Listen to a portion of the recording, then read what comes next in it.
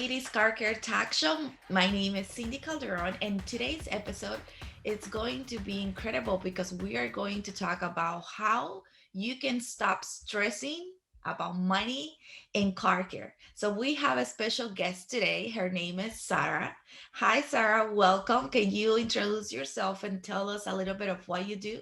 Yeah, thank you, Cindy. I'm so excited to be here this morning. My name's Sarah Van Huss. My business is called Journey to Influence, and I'm a personal finance coach. And I'm really on mission to help women stress less and become more intentional with their money and by making a plan and then walking them through it with encouraging accountability. That's amazing. I love that. You know what? In our industry, let's talk a little bit about cars. I own a repair shop, and I know how stressful can be for a mom that comes to do an oil change, and then when we check the car, she needs some brakes. She need maybe something else that she didn't plan.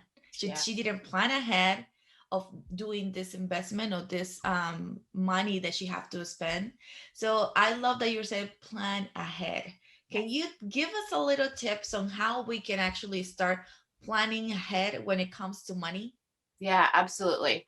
I think one of the first tips, and it's really an easy one, but people bypass it because it seems too easy. The first tip is really to start becoming more aware of your spending. Maybe take a look back, at your past month or couple months and how did you spend your money? And then as you move forward, kind of with a little bit of reflection on what has happened in the past, just be a little bit more thoughtful as you start to spend. I always encourage my clients just to pause just for a second before you make a purchase. Why are you making that purchase? Is it a necessity? Is it an emotional expense?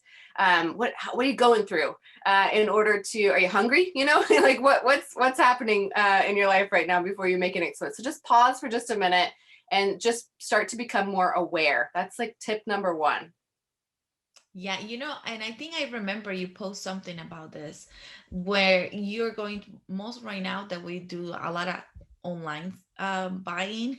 When you are adding something to your cart, just wait, I think 24 hours Yeah. and then see if you actually need to spend that. And I've been trying that, and it makes a huge change because Right. then I realized 24 hours like, I think I don't even need that, but just to buy something like by excitement is like, and then it's like, I don't know what to even buy that. Right. It's so quick. Yeah. Even just giving yourself, right, like you said, 24 hours, just giving it a pause for 24 hours. You keep it in your cart, it's not going to go anywhere. But just see if you really need it. If you're still passionate and super excited to buy it the next 24 hours, then by all means. But if usually by that time the excitement is just kind of worn down a little bit and you're like, actually, I have something that I can already use. Yeah, that's so true. But what about when it comes to car maintenance? That is not something that we sometimes we can wait Yeah. because we didn't plan ahead. I know I do have a planner. In my planner, that's one of the things that I explain in my car maintenance planner is like you have to start tracking your maintenance because that way when is the next maintenance that you need to do in your car, because there's a big difference between maintenance and repairs. Yes. A lot of people get confused about why I'm paying this for this repair. Well, no, the car, you always have to do the maintenance on the car. So when, depending on the mileage or depending on the time, when you have to bring your car back. But a lot of people don't get prepared when it comes to, hey, you know what, I thought it was just my oil change, but now I have to do something else and I don't have the money to do it. So Right. they wait a long time to do that another service. And when they come back to do that service that it was like a few months ago, now that maintenance is not a maintenance anymore. Now it's a repair that it was unnecessary because they didn't do it on time. Yeah. So how we can prepare to start having that money Yeah. keep and saved already? That's great. This is actually one of the number one items that I have my clients build into their budget. So I work with clients on creating a budget that they can stick to, something that's really reasonable for their life. You don't have to give up your favorite things when you're on a budget. You can still build your favorite things into your budget as well as the necessary things that are in your life. And I have very few clients that come to me already having a plan for their auto maintenance. And same goes for household maintenance. So if you're a homeowner, something's going to break on your house. You're going to need to maintain part of your house too. So we create a savings account typically for maintenance. And it goes for their auto maintenance as well as their home maintenance. And this is just a really important and critical piece so that when, just like you said, when that maintenance comes up, just reminded me, Cindy, like I think I've got 90,000 maintenance coming up on my car, but I'm not worried about it because I have a fund that's ready for it. It's ready to tackle when that expense comes up, and it's going to be much less expensive, like you said, to take care of it on the maintenance level than it will be on the repair level. So we put in, and I encourage my clients to do the same thing, a dollar amount per month that just goes away into that fund that you have ready and available when that maintenance comes due for you. Awesome. Okay, that's great. Because I think that is very helpful. There's a lot of mindset stuff about money out there, and especially for moms, a lot of single moms. This is really a big struggle for them to keep money for this type of maintenance or this type of things that they have to spend. Like you said, maybe on the home or with their car, and most of all, if they have teenagers at home, because at that point, there's not just only their car, but they're thinking already of, oh, you know what, I have to purchase a car for my teenager that it's about to start driving, and I don't have the money to pay it on cash. They go to dealership, and sometimes, I mean, being in a dealership for a car for your new teenager that is barely starting to drive, sometimes it's not a good idea. Right. So I remember you mentioned having some information regarding that topic. Yeah, I think uh, talk to your kids about their car. It's one of the exciting purchases, right? As you have teenagers, they're getting ready to drive. I have not quite teenager, but a preteen in my house, and she's already, kind of thinking about what she wants to buy in the future. She's got a long time coming, but these are conversations that I do want you to have with your kids young enough, and talk about like what that shared responsibility looks like. I think as moms, we want to give our kids the world, right? But sometimes giving them the world doesn't mean that we're giving them everything. We're not just handing it to them. So talking to your preteens, talking to your young teens about what their car purchase looks like, get into an agreement with your kids about how much you are willing to spend on a car. What dollar amount does that look like for you? Of course, we want it to be safe. You want it to have the airbags. You want to make sure that it's in good shape. But also, you don't have to go out and spend $10,000 on your teenager's car. Make a plan in advance for how much you want to spend, and also like what your contribution looks like with your child. Are they gonna do 50% and you're gonna do the other 50%? Maybe you have a match with your kiddo, so that as they're babysitting and doing yard work and doing some other kind of side hustles, they can be saving towards a goal so that the burden doesn't wholly have to be on yourself. Yeah, you know what? I love that you mentioned that, because I think one of the things I always try to teach to my moms when I'm teaching about this topic is that you have to make your teenagers responsible. A lot of things they think that it's, oh, you know what, this is something cool, I'm going to start driving, but they don't know the responsibility that it comes when you start driving. It's not just about learning how to drive, it's about, hey, you have to know the car maintenance stuff. What if you're stranded off the middle of the road? Do you need to know how to change a tire or how to do different stuff in your car? But at the same time, they have to become responsible, saying, hey, this is not just having a cute car and we're going to pay X amount of money for your car and that's it. Then we have to prepare them to be responsible of saying, hey, you know what, you have to start making money for the maintenance on your own car, Right. and just make them responsible. It's a huge change, because I've seen different teenagers that are barely 18 years old. They have this new car, but at the same time, it's like, oh, you know what? I didn't know that the oil change costs this much. Oh, let me ask my mom, let me ask my dad. And that's okay. But if we don't help them to become responsible for their own stuff, that's going to be a huge thing after for them. Absolutely. Absolutely. Like we're teaching them life skills, right? So Yeah. not only are we going to try and teach them how to change a tire, how to check their oil, how to add windshield wiper fluid, into Yeah. the canister. We also want to teach them responsibility. And I don't know about you, Cindy, but I didn't really learn about money growing up either, or car maintenance, right? We learned a little bit later in life.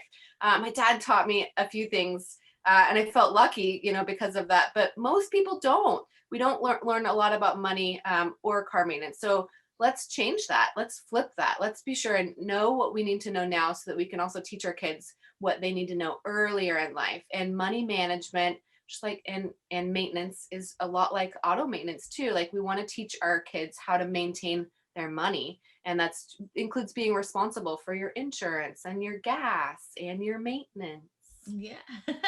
Yeah, that is so true. And that's true. I mean, I didn't have the opportunity in my case. I mean, my dad never teach me anything about cars.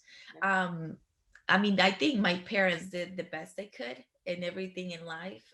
But when it comes to cars, they have this kind of stereotypes that I think there's still some stereotypes out there about, oh no, you're a girl, you don't need to learn this stuff, you don't have to get your hands dirty when it comes to car maintenance on those stuff. So they never teach me anything about cars. So it was hard for me when I mean, at first my husband, he is a mechanic, but at first I didn't thought, oh, you know what, I don't have to learn because I have that mindset. But then when I had my kids and I started driving, it's like, what if this happened and I'm with my kids? My husband's not gonna be with me all the time. I Right. have to start learning this stuff. And then now I have a 13 years old. She's my oldest one. She already know how to check. I mean, I'm teaching her everything that I can about her own car. And like you said, I'm already telling her, hey, what car do you want to have when you get out? I mean, maybe when you start going to college. And she already knows. I want a yellow Jeep. I want this. I want that. Well, yeah, but how are you gonna make it happen? I mean, obviously, these life skills are so important that sometimes we just, I mean, ignore them in a way.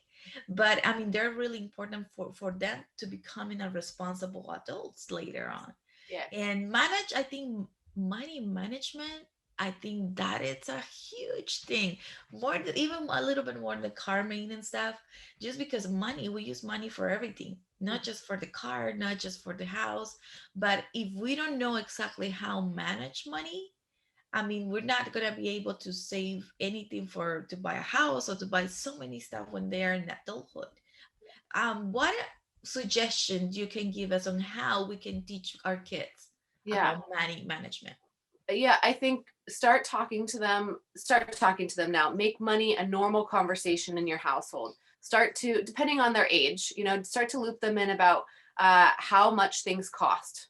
When we go to the grocery store, this is how much we spend. Usually my kids are shocked, by the amount of money that we spend at the Yeah. grocery store. I'm like, yep, this is what it takes, for our family of four to eat every, once a week. This is how much we use on groceries. So start to loop them in on how much things cost, and then start to compare that to hourly wages. As they're thinking about what jobs they want to do in the future, or what jobs look attractive, out there. All right, this is about how much that type of job makes. Mhm. So start to help them with some simple math in order to determine what that looks like, so they can start thinking about that.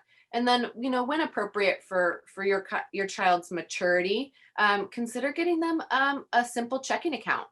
And as they start to earn some money, whether they're doing some babysitting or they get their first job at Chick-fil-A, start to help them manage that money. Okay, this is how much money you have coming in. What are your expenses? So creating a very simple budget, your income minus your expenses. And you always want to have some leftover. You always want to be saving for things as well. You need to save for that auto maintenance. You need to save for whatever that next big goal is, whether it's for us as adults, whether it's vacation planning, or debt payoff, or having a fully funded emergency fund, or for your kids, maybe it's a little bit more simplistic. Maybe it's, for something fun that they want to do over the summer, or a newer car, whatever that it looks like for them. Yeah, yeah, that's so true. I mean, I'm still learning how to teach my kids money management, but my daughter loves clothes. I mean, she's Yeah. a shopaholic, I want to say. She just, I mean, every time that we go to the store, she always wants to buy something. And we are trying to teach her, hey, not because we come to the store every week, that means that you have to buy a piece of clothes just because you love clothes. And we were start doing with my husband is like, okay, you know what, you have to earn the money if you want to keep buying clothes. Either way, if you I mean get some clothes that you don't use anymore and we go to and sell it, and we find a store here in Huntington Beach, we're in California, where you take your clothes and they give you money depending on how the clothes is. And so she's right now in that mindset. It's like, I can make some money to buy more clothes. If I don't use this clothes, I'm just gonna go take it. And sometimes they give her very little money and she gets really upset. Like, oh mom, did they just give me $2 for this piece of clothes? But now she's trying to understand, wow, I mean, if I just get $2 back from this piece of cloth, but if I go to the store and actually this cost me 30, 40, $50, she's like, oh wow, that's a big huge difference. That $2 is not gonna even help me to buy a one piece of clothes on the store. But I think just having that exercise with her just to see how the money moves, and in that matter, she's like, okay, well, I'm gonna start saving money, and then so I can buy this piece of clothes, you know. And I think that's so important in different areas, just making them see how the money moves. Yeah, I think And that's so good. Well, it's such a great exercise because kids see their parents as just this, whether it's true or not, as having all kinds of money. yeah, They know that we go to work, they know that we get paychecks much larger than theirs, and so they just don't really have a great concept. So when you start putting it in their mind, and my kids have a chore chart. So as they get their chores, they get commission, for doing their chores. They don't do their chores, they don't get anything for it. So as they're earning money, as they have this little stash of money for their own self, all of a sudden that $30 item is not quite as attractive as it used to be, right? Because they're spending their own money. So it sounds like exactly. that's exactly what you're doing with your teenagers. Like, all right, you're earning some money, and now it's all of a sudden so much more important about how I spend it. So they Mhm. they learn kind of the practice of what we go through as adults on a regular basis. Yeah, and every child is different. Obviously, there's some kids that they're not gonna be interested on getting more money, because I have my son. My son is 10 years old, and we are teaching him the same, and he's interested. He loves cars, so he loves to go into the shop with my husband. So my husband is like, okay, well, right now he was in a spring break. He's like, oh, I want to go to the shop with my dad. So he was there, he was learning a little bit about cars. And it was this customer that I came in and needed some air in his tire, and my husband just teach him how to do it. So he's like, oh, okay, my son is gonna do it for you. So he did it. So he paid my husband and everything. But this customer came back and said to my son, you know what? You did a great job. I'm going to give you this tip. And he gave him $50 tip. Oh my My son was so excited. He's like, oh my gosh, I want to go every single day to the shop to earn money. And then I asked him, okay, what do you want the money for? He was like, I don't know. And then that interest of getting money, it was not that big anymore. So my husband thought, he's everything about guns, of paintball, and all those things are really expensive. yeah. But he don't relate that costs money. So my husband was like, you know what? So let's do something. So every time you come to the shop, I'm gonna give you this amount of money and you're gonna save it. And we are going to go to this store that you like, and we are going to start buying equipment, like little by little, depending on the money that you're earning. And that way he was like very excited. He's like, okay, what else I have to do? I really need this shield to go this place, to go this camp, because there's a summer camp coming up. So it's like, oh no, I'm gonna go. What else I have to do? So I mean, I think every child is different. If you just find what is that it makes them excited, Yeah. you can help them in that area, right? Yeah, I think that's great. I think, just like you said, clothes are not going to excite your son, right? The way that they excite your daughter. So finding something that they're passionate about and helping them understand how much it costs and then what you have to do, to earn it. Yeah, that's great. Yeah, yeah. So, well, now tell me, let's say I'm a mom that I have this teenager that I really want to have start saving money to purchase a car and not be in debt on a dealership. How you help moms? You told me you help mom to don't be so stressful in that area. How, what is the plan? Let's make a plan for our audience that is listening right now that they really don't know how to start. Mhm. Can you help us to make a quick plan so they can start taking action of what we've been talking? Yeah, yep. So first things first, I want you to goal set. What do you want? Like get clear on what you want. What is your goal? Next, I say prep. Like make sure that you're ready for it. Is it, you give yourself that 24-hour pause before you purchase. Is this just a fleeting moment, or are you really wanting to go all in with this goal, whatever that is, right? Whether it's, buying your kid a car, no matter what your goal, paying off debt, having a better emergency fund, and then make a plan for it. So when we're talking about making a plan, most of the time I'm talking about a budget. How can you make a plan with your money for it? So figuring out what your expenses are, and then how much leftover you have that can go towards your goal. And sometimes that goal is big. It's buying a $5,000 car. Sometimes it's paying off debts that's 25,000.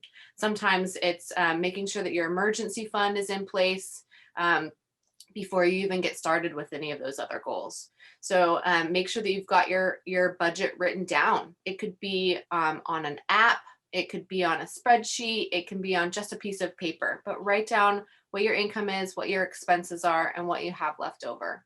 And then be flexible. So this is another really important step. Things are going to happen. Life's going to happen. I want to make sure that you're taking care of your auto maintenance. If something comes up and you don't have that maintenance fund established yet, you need to take pause and go take care of those things that are immediate and necessary.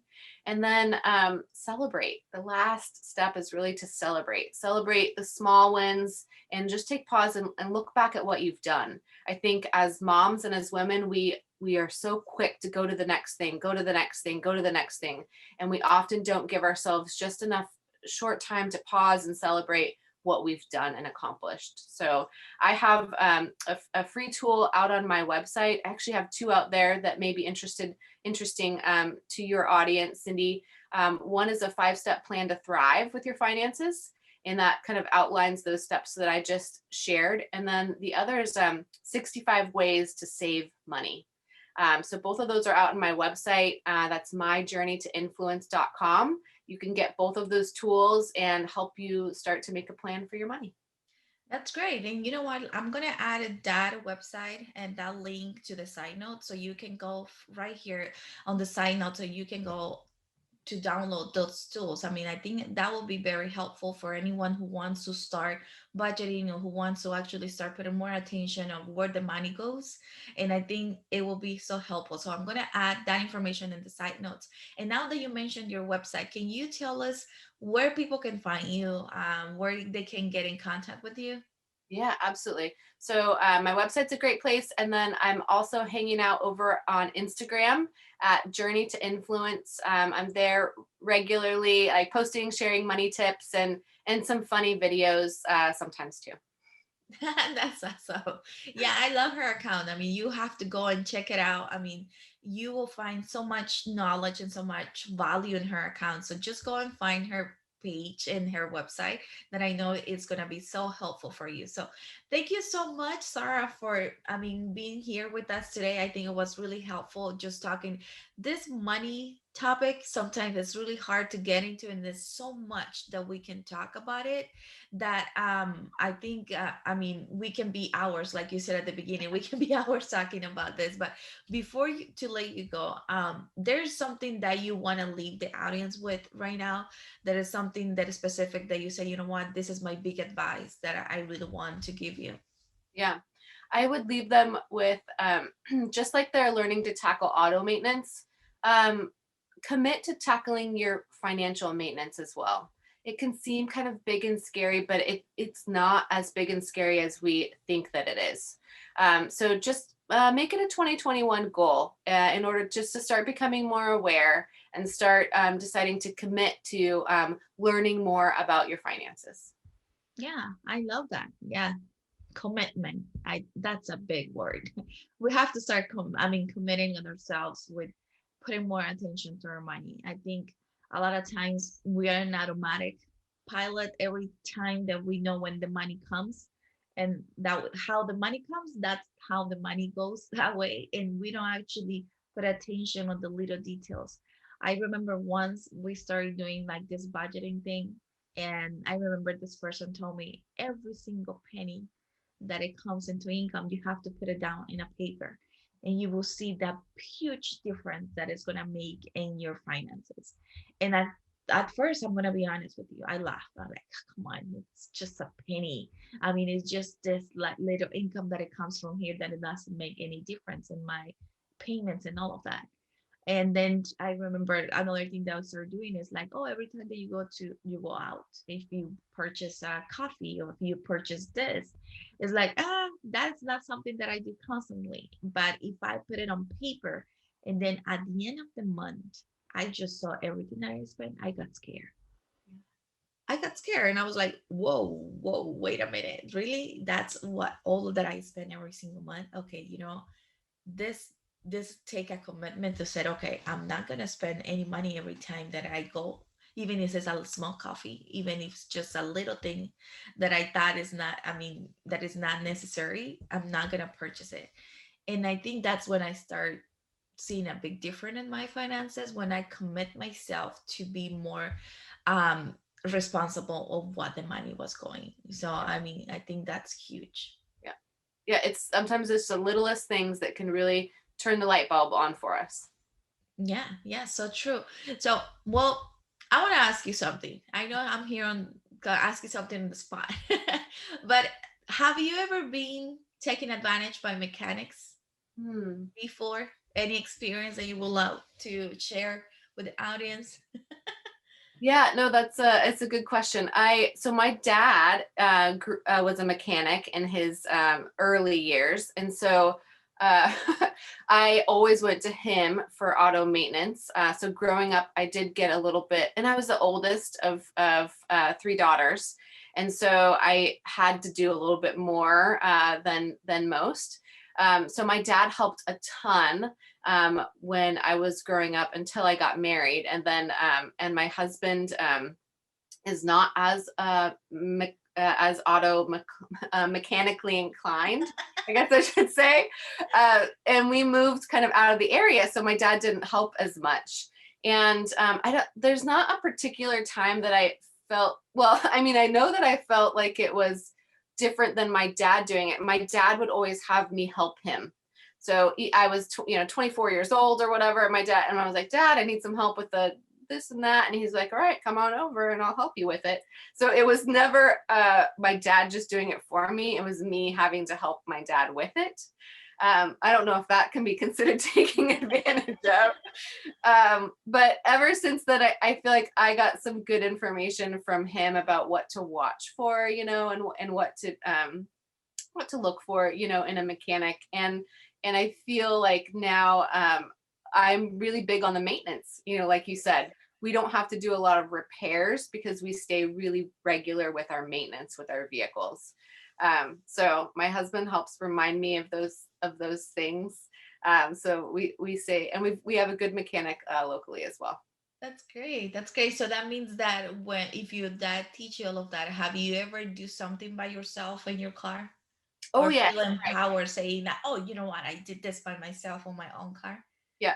So changing a tire, hard work, but it's good. I've done a few tire changes. I've done a few oil changes with supervision, with a little supervision with the oil changes, but definitely some tire changes on my own. That's great. That's great. I love that. I always hear this time when they said, women say, I did this on my car and I feel so empowered. I feel so good that you actually did it. And yeah, I love that. Well, thank you so much, Sarah, for being part of the show today. I thank you for your time. Thank you for all the knowledge that you provide today. And For the listeners, again, if you want to go follow her, she already give the information, but I'm going to add it on the side note so you can go to her Instagram. And remember, for the information that she had, all those tools that she had on her website, I'm going to add the link as well on my side notes and my website, so that way you can go and take a look of that. So thank you, Sarah, again. Thank you. Thank you so much, Cindy.